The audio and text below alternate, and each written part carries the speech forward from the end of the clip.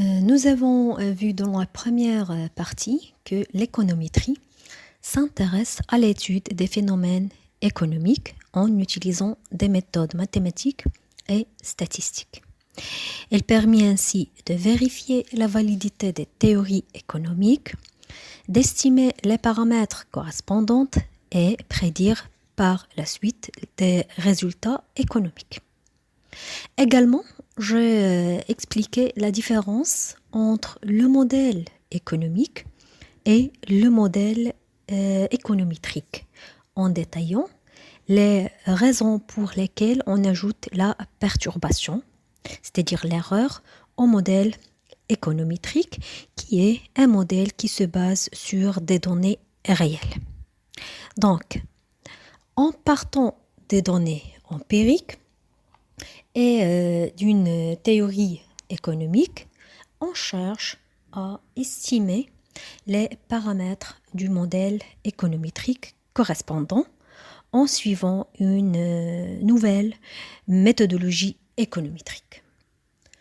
J'ai également expliqué la notion de corrélation à partir d'un exemple pratique permettant d'illustrer la relation entre deux variables qui est dans ce cas une corrélation positive forte puisque le coefficient de corrélation empirique ρ x, y est positif et proche de 1.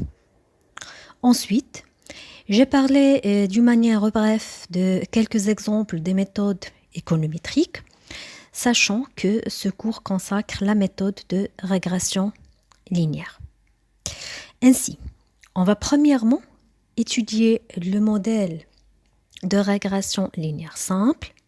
Ensuite, on va passer au modèle de la régression linéaire multiple qui représente le modèle général de la régression linéaire.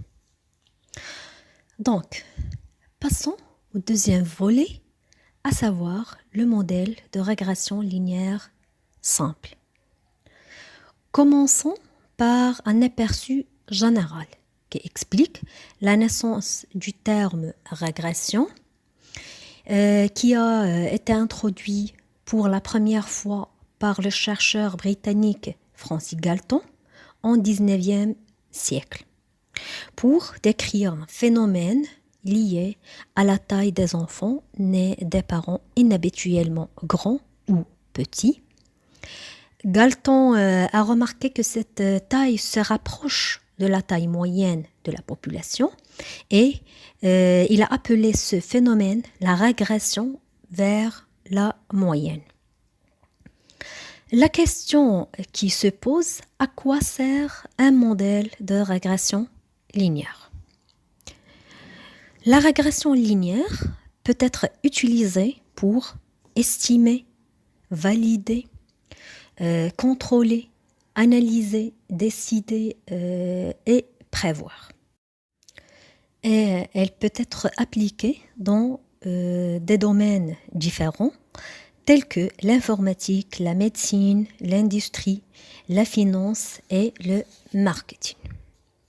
Bon, afin de bien comprendre et mettre en œuvre le modèle de la régression linéaire, on va essayer, à partir de cette partie, de l'appliquer dès l'estimation basée sur des données empiriques et d'une théorie économique jusqu'à la prédiction et la prise de décision.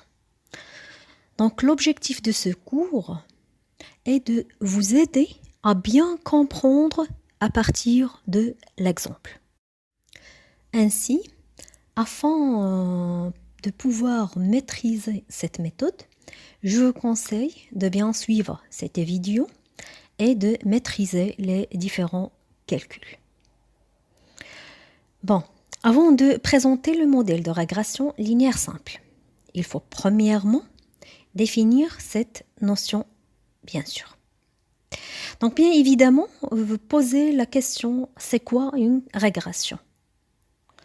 Tout simplement, la régression linéaire simple vise à étudier la dépendance linéaire entre deux variables.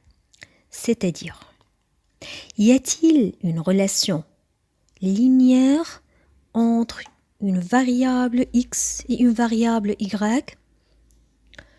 Pour répondre à cette question, on va appliquer les démarches des méthodes économétriques.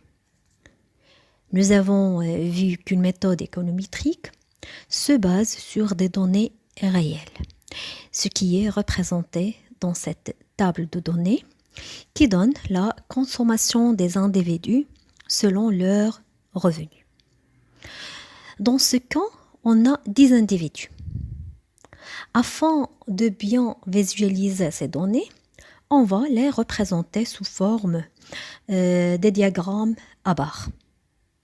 À partir de cette représentation, on peut dire que les deux variables revenus et consommation varient de la même manière et dans le même sens.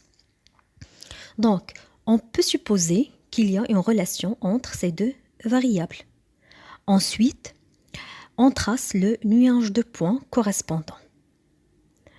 Comme vous voyez, il y a une corrélation positive forte entre ces deux variables.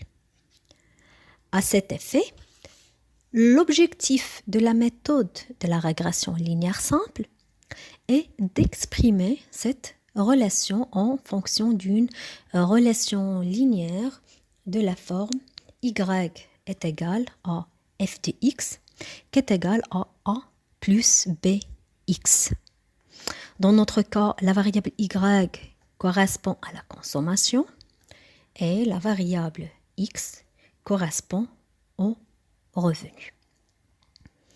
Donc, le modèle économétrique correspondant dans ce cas est donné par consommation est égal à bêta 0 plus bêta 1 fois le revenu plus l'erreur. D'où l'objectif est d'estimer les paramètres bêta 0 et bêta 1 afin de trouver la ligne de la régression et valider par la suite le modèle keynésien. Revenons au modèle économétrique ou plus précisément le modèle de la régression linéaire correspondant. On a consommation est égale à bêta 0 plus bêta 1 fois le revenu plus l'erreur. Donc la variable consommation s'appelle variable endogène ou variable à expliquer ou variable dépendante ou également la variable réponse. La variable revenu s'appelle variable exogène ou variable explicative ou variable indépendante ou variable régresseur.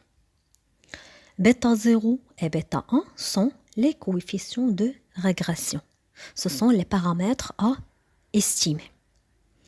L'erreur est appelée également bruit et elle explique le fait que les points ne sont jamais parfaitement alignés sur la droite.